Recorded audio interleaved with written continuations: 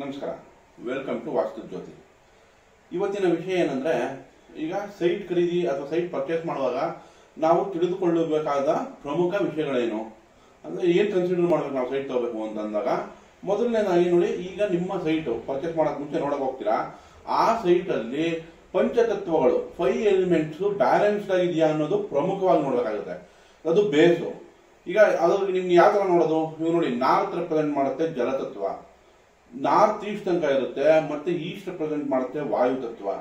ಹಂಗೆ south East ಕಡೆಯಿಂದ ಅಗ್ನಿತತ್ವ ಹೋಗಿ ಸೌತ್ ಮಿಡ್ ತನಕ ಅಗ್ನಿತತ್ವ ಇರುತ್ತೆ, ಸೌತ್ ವೆಸ್ಟ್ ನಿಮ್ಗೆ ಭೂತತ್ವ ಬರುತ್ತೆ, ಹಾಗೆ ಆಕಾಶ ತತ್ವ ನಾರ್ತ್ ವೆಸ್ಟ್ ಅಂದ್ರೆ ವೆಸ್ಟ್ ಮಧ್ಯದಲ್ಲಿ ಭೂತತ್ವ ಇರುತ್ತೆ, ಅಲ್ಲಿಂದ ನಾರ್ತ್ ವೆಸ್ಟ್ ಆಕಾಶ ತತ್ವ ಬರುತ್ತೆ. ಈಗ ಆಕಾಶ ತತ್ವ ಜಡ್ಜ್ ಮಾಡೋದು ಕಷ್ಟ ಆಗ್ಬಿಡುತ್ತೆ, ಅದು ಪರಿಗಣನೆಗೆ ಬೇಡ ನಾರ್ತ್ ವೆಸ್ಟ್ ನ.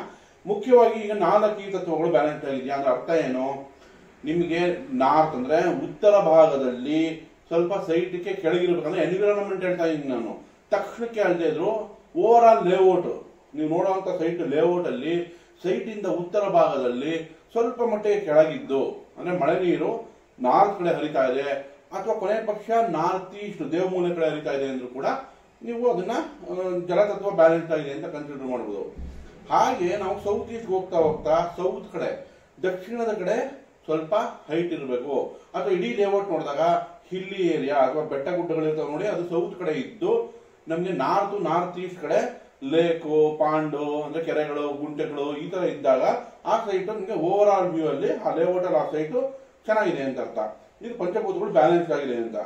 ಈಗ ನೆಕ್ಸ್ಟ್ ಎಲಿಮೆಂಟ್ ಅಂದ್ರೆ ನೆಕ್ಸ್ಟ್ ನೀವು ಯಾವ ತರ ಯೋಚನೆ ಮಾಡ್ತೀರಾ, ರೋಡ್ ಇಟ್ಟು ಟಿ ಜಾಯಿಂಟ್. ಈಗ ಟಿ ಜಾಯಿಂಟ್ ರೋಡ್ ಇಟ್ಟು ನೋಡಿದಾಗ ನಿಮ್ಗೆ ನೋಡಿ, ನಾರ್ತ್ ಮಧ್ಯಭಾಗನ ಕುಬೇರ ಅಂತೀವಿ ಅಂದ್ರೆ ಸೋಮ, ಈ ಸೋಮ ಬಲ್ಲಾದ ಮುಖಿ ಅಂತ ಬರುತ್ತೆ. ನಾರ್ತ್ ವೆಸ್ಟ್ ಕಡೆ ಪಾದಗಳು, ಕೊನೆ 2 ಪಾದಗಳನ್ನ ಬಿಟ್ಟು ನಾರ್ತ್ ವೆಸ್ಟ್ ಕಾರ್ನರ್ ಅಲ್ಲಿ ರೋಡ್ ಇಟ್ಟಾಗ್ತಿದ್ರೆ ಆ ಸೈಟ್ ನ ಅವಾಯ್ಡ್ ಮಾಡಬೇಕು. ನಾರ್ತ್ ವೆಸ್ಟ್ ಇಂದ ಬರ್ತಾ ಬರ್ತಾ ಮಧ್ಯಭಾಗ ನಾರ್ತ್ ಈಸ್ಟ್ ಅಲ್ಲಿ ರೋಡ್ ಇಟ್ಟಾದ್ರೆ ಕನ್ಸಿಡರ್ ಮಾಡಬಹುದು, ಇದು ಒಳ್ಳೆದೇ ರಿಸಲ್ಟ್ ಕೊಡುತ್ತೆ, ನಿಮಗೆ ಪಾಸಿಟಿವ್ ರಿಸಲ್ಟೇ ಕೊಡುತ್ತೆ. ಯಾಕಂದ್ರೆ ಇಲ್ಲಿ ನಮಗೆ ಪಾಸಿಟಿವ್ ಏನಂತಂದ್ರೆ ದೇವಮೂಲೆ ಬೆಳೀತು ಅನ್ನೋ ಲೆಕ್ಕದಲ್ಲಿ ಬರುತ್ತೆ ಸೈಟ್ಗೆ. ಯಾಕಂದ್ರೆ ರೋಡ್ ಇದ್ರೂ ಕೂಡ ಆ ಪಾಸಿಟಿವ್ ಎನರ್ಜಿ ಬರುವಂತಕ್ಕೆ ಕಾರಣ ಆಗುತ್ತೆ. ಆದ್ರೂ ಕೂಡ ಯಾವುದೇ ರೋಡ್ ಇಟ್ಟು ನಾರ್ಮಲಿ 5 ಎಲಿಮೆಂಟ್ಸ್ ಬ್ಯಾಲೆನ್ಸ್ ಆಗಿರ್ಬೇಕು, ಪಂಚತತ್ವಗಳು ಬ್ಯಾಲೆನ್ಸ್ಡ್ ಆಗಿದ್ರೆ ಒಳ್ಳೇದು. ಆದ್ರೂ ಕೂಡ ನಾರ್ತ್ ಈಸ್ಟ್ ನಾರ್ತ್ ಅಲ್ಲಿ ನೀವು ತಗೋಬಹುದು ಸೈಟು, ಈಸ್ಟ್ ಕೂಡ ತಗೋಬಹುದು. ಸೌತ್ ಈಸ್ಟ್ಗೆ ಇಟ್ಟಾಗ್ತಿದ್ರೆ ಅವಾಯ್ಡ್ ಮಾಡಬೇಕು. ಅಗ್ನಿ ಮೂಲೆಗೆ ರೋಡ್ ಬೆಳೀತಿದ್ರೆ ಅಲ್ಲಿ ರೋಡ್ ಇಟ್ಟು ಟಿ ಜಾಯಿಂಟ್ ಬಂದ್ರೆ ಅದನ್ನ ಅವಾಯ್ಡ್ ಮಾಡಬೇಕಾಗುತ್ತೆ. ನಂತರ ಈಗ ಸೌತ್ ಅಲ್ಲಿ ರೋಡ್ ಇಟ್ಟು ಮಧ್ಯ ಭಾಗದಲ್ಲಿ ಆಗ್ತಿದ್ರೆ ಪರವಾಗಿಲ್ಲ, ಸ್ವಲ್ಪ ಡಿಸಿಪ್ಲಿನ್ ಆಗಿದ್ದು ನಿಮ್ಮ ಆರೋಸ್ಕೋಪ್ ನೋಡ್ತೀವಿ. ಈಗ ಆಸ್ಟ್ರೋ ಅಂದ್ರೆ ಅರ್ಥ ವಾಸ್ತು ಜ್ಯೋತಿಲಿ ನಿಮ್ಮ ಜ್ಯೋತಿಷಿಗೆ ಅದು ಅನುಗುಣವಾಗಿದ್ರೆ ಖಂಡಿತ ನೀವು ಆ ಸೈಡ್ ಕೂಡ ತಗೋಬಹುದು. ವೆಸ್ಟ್ ಮಧ್ಯ ಭಾಗದಲ್ಲಿ ಬಂದು ರೋಡ್ ಟಿ ಜಾಯಿಂಟ್ ಬರ್ತಾ ಇದೆ ಅಂದ್ರೆ ಕೂಡ ಅದು ಕೂಡ ನೀವು ತಗೋಬಹುದು. ನಿಮ್ಮ ಜಾತಕಕ್ಕೆ ಅನುಕೂಲವಾಗಿದ್ರೆ ಖಂಡಿತ ಅದು ಒಳ್ಳೆ ಸೈಟ್ ಅಂತ ಕನ್ಸಿಡರ್ ಮಾಡುತ್ತೆ. ಇದು ರೋಡ್ ಜಾಯಿಂಟ್ ಅಥವಾ ರೋಡ್ ಹಿಟ್ ಕತೆ ಆಗುತ್ತೆ.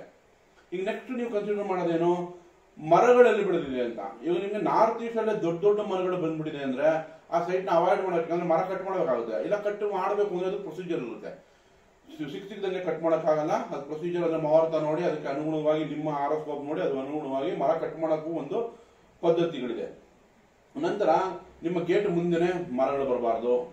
ಈಗ ನೋಡಿ, ಮತ್ತೆ ನೀವು ಸೈಟ್ ಸೆಲೆಕ್ಷನ್ ಮಾಡ್ತಾ ಇದ್ದೀರಾ ಅಥವಾ ಸೈಟ್ ನ ಖರೀದಿಸೋಕೆ ಮುಂಚೆನೋ ಹತ್ರ ಟ್ರಾನ್ಸ್ಫಾರ್ಮರ್ ಯಾವ ದಿಕ್ಕಲ್ಲಿ ಬಂದಿದೆ ಅಂತ ನೋಡಬೇಕು. ಈಗ ನಾರ್ತ್ ಈಸ್ಟ್ ಕಾರ್ನರ್ ಅಲ್ಲೇ ನಿಮಗೆ ರೋಡ್ ಅಲ್ಲಿ ಬಂದ್ಬಿಟ್ಟಿದೆ ಅನ್ಕೊಳ್ಳಿ ಟ್ರಾನ್ಸ್ಫಾರ್ಮರ್, ಅದನ್ನ ಅವಾಯ್ಡ್ ಮಾಡಿ.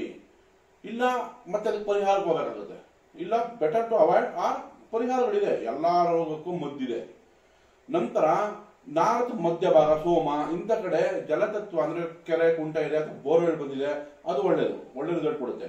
ಬಟ್ ಆ ಕಡೆ ನಾರ್ತ್ ಕಡೆನೆ ನಿಮ್ಗೆ ಟ್ರಾನ್ಸ್ಫಾರ್ಮರ್ಗಳು ಬರಬಾರದು. ಈಗ ನಂತರ ನಿಮ್ಗೆ ನಿಮ್ಮ ಸೈಟ್ ಅಲ್ಲಿ ಚರಂಡಿದು ಚೇಂಬರ್ಗಳೆಲ್ಲ ಬರುತ್ತೆ, ಅದು ಯಾವ ಕಡೆ ಸೌತ್ ಕಡೆ ಇದೆಯಾ ವೆಸ್ಟ್ ಕಡೆ ಇದೆಯಾ ದಟ್ ಈಸ್ ಓಕೆ. ಬಟ್ ಮತ್ತೆ ನಾರ್ತ್ ಈಸ್ಟ್ ಅಥವಾ ಈಸ್ಟ್ ಮಧ್ಯಭಾಗ ಈ ಕಡೆ ಬಂದಾಗ ಆ ಸೈಟ್ ನ ಅವಾಯ್ಡ್ ಮಾಡಬೇಕು. ಇಲ್ಲ ಅದಕ್ಕೆ ಏನಾದ್ರೂ ಪರಿಹಾರ ಖಂಡಿತ ಅಗತ್ಯ ಬರುತ್ತೆ. ಸೊ ಇದು ಸೈಟ್ ನೀವು ಖರೀದಿ ಮಾಡಕ್ ಮುಂಚೆ ನೋಡ್ಬೇಕಾಗಿರುವಂತಹ ವಿಷಯಗಳು. ಅಥವಾ ಫಾರ್ಮ್ ಲ್ಯಾಂಡ್ ತಗೋತೀರಾ ಅನ್ಕೊಳ್ಳಿ, ಅಂದ್ರೆ ಅಗ್ರಿಕಲ್ಚರಲ್ ಲ್ಯಾಂಡ್. ಈಗ ನೀವು ಜಮೀನು ತಗೋಬೇಕಾದ್ರೂ ಕೂಡ ಇದೇ ತರ ಕನ್ಸಿಡರ್ ಮಾಡಿ.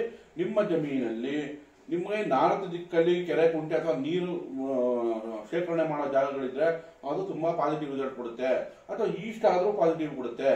ಆದ್ರೆ ಅದೇ ನಿಮ್ಗೆ ನೀರು ಕೆರೆ ಕುಂಟೆ ಅಥವಾ ಬೋರು ಇದೆಲ್ಲ ಸೌತ್ ಈಸ್ಟ್ ಅಗ್ನಿ ಮೂಲೆಯಲ್ಲಿ ಬಂದ್ರೆ ಅದು ಖರ್ಚು ಜಾಸ್ತಿ ಮಾಡಿಬಿಡುತ್ತೆ, ಕ್ಯಾಶ್ ನಿಲ್ಲಲ್ಲ, ಹೆಣ್ಣು ಮಕ್ಕಳಿಗೆ ಹಾರ್ಮೋನಲ್ ಪ್ರಾಬ್ಲಮ್ ಅಂದ್ರೆ ಹೆಲ್ತ್ ಇಶ್ಯೂಸ್ ಶುರು ಮಾಡಿಬಿಡುತ್ತೆ, ಸ್ಟೆಬಿಲಿಟಿ ಇರಲ್ಲ ಜೀವನದಲ್ಲಿ. ಸೊ ಹೀಗದು ಯಾಕಂದ್ರೆ ಒಂದು ಶುಕ್ರ ಮತ್ತೆ ಕುಜ ನಿಮ್ಗೆ ಯಾವುದು ಅಗ್ನಿಮೂಲೆ ಒಂದು ಶುಕ್ರಾಧಿಪತಿ ಆಗುತ್ತೆ, ಮತ್ತೆ ದಕ್ಷಿಣದ ಮಧ್ಯ ಭಾಗ ಒಂದು ಕುಜಾಧಿಪತಿ ಆಗ್ಬಿಡ್ತಾನೆ. ಸೊ ಈ ನಿಮ್ಗೆ ಒಂದು ಫೈರ್ ಬೇಕು, ಎಲಿಮೆಂಟ್ ಸ್ಪಾರ್ಕ್ ಕೆಲಸ ಮಾಡಕ್ಕೆ ತಕ್ಷಣ ಆಗಬೇಕು ಅಂತಂದ್ರೆ ಕ್ಯಾಶ್ ಬೇಕು. ಆ ಕ್ಯಾಶ್ ಪ್ರಾಬ್ಲಮ್ ಬಂದ್ಬಿಡುತ್ತೆ, ಇಲ್ಲ ನಿಮ್ಗೆ ಹುಮ್ಮಸ್ ಕಡಿಮೆ ಆಗ್ಬಿಡುತ್ತೆ, ಕೆಲಸದಲ್ಲಿ ಗೌರವಗಳು ಕಮ್ಮಿ ಆಗ್ಬಿಡುತ್ತೆ. ಸೊ ಹಾಗಾಗಿ ನೋಡ್ಕೊಂಡು ಪರ್ಚೇಸ್ ಮಾಡಬೇಕಾಗುತ್ತೆ, ಜಮೀನ್ ಆಗಲಿ ಸೈಟ್ ಆಗಲಿ. ನಂತರ ಈಗ ನೀವು ಈ ಭಾಗಗಳನ್ನ ನೋಡಿದ ನಂತರ ಸೈಟ್ ಅಲ್ಲಿ ಮೈನ್ ಏನ್ ಬರುತ್ತೆ, ಹೊರಭಾಗ ಎನ್ವಿರಾನ್ಮೆಂಟ್ ನೋಡಕ್ ನೀವು ಹೊರಗಡೆಯಿಂದ ಸೈಟು ಯಾವ್ಯಾವ ತರ ಪ್ರಾಬ್ಲಮ್ ಇದೆ ಅಂತ. ಈಗ ಸೈಟ್ ಒಳಗಡೆ ಬನ್ನಿ. ಸೈಟ್ ಒಳಗಡೆ ಬಂದಾಗ ಯಾವ ಮೂಲೆ ಕಟ್ಟಾಗಿದೆ, ಯಾವ ಮೂಲೆ ಬೆಳೆದಿದೆ ಅಂದ್ರೆ ಅರ್ಥ. ಈಗ ಸೌತ್ ಈಸ್ಟ್ ಕಾರ್ನರ್ ಅಂದ್ರೆ ಅಗ್ನಿ ಮೂಲೆ, ವಾಯು ಮೂಲೆ, ನೈಋತ್ಯ ಮೂಲೆ, ಯಾವ ಮೂಲೆ ಬೆಳೆದಿದೆ, ಯಾವ ಮೂಲೆ ಕಟ್ಟಾಗಿದೆ, ಇದು ಪ್ರಮುಖವಾಗಿ ನೋಡಬೇಕು.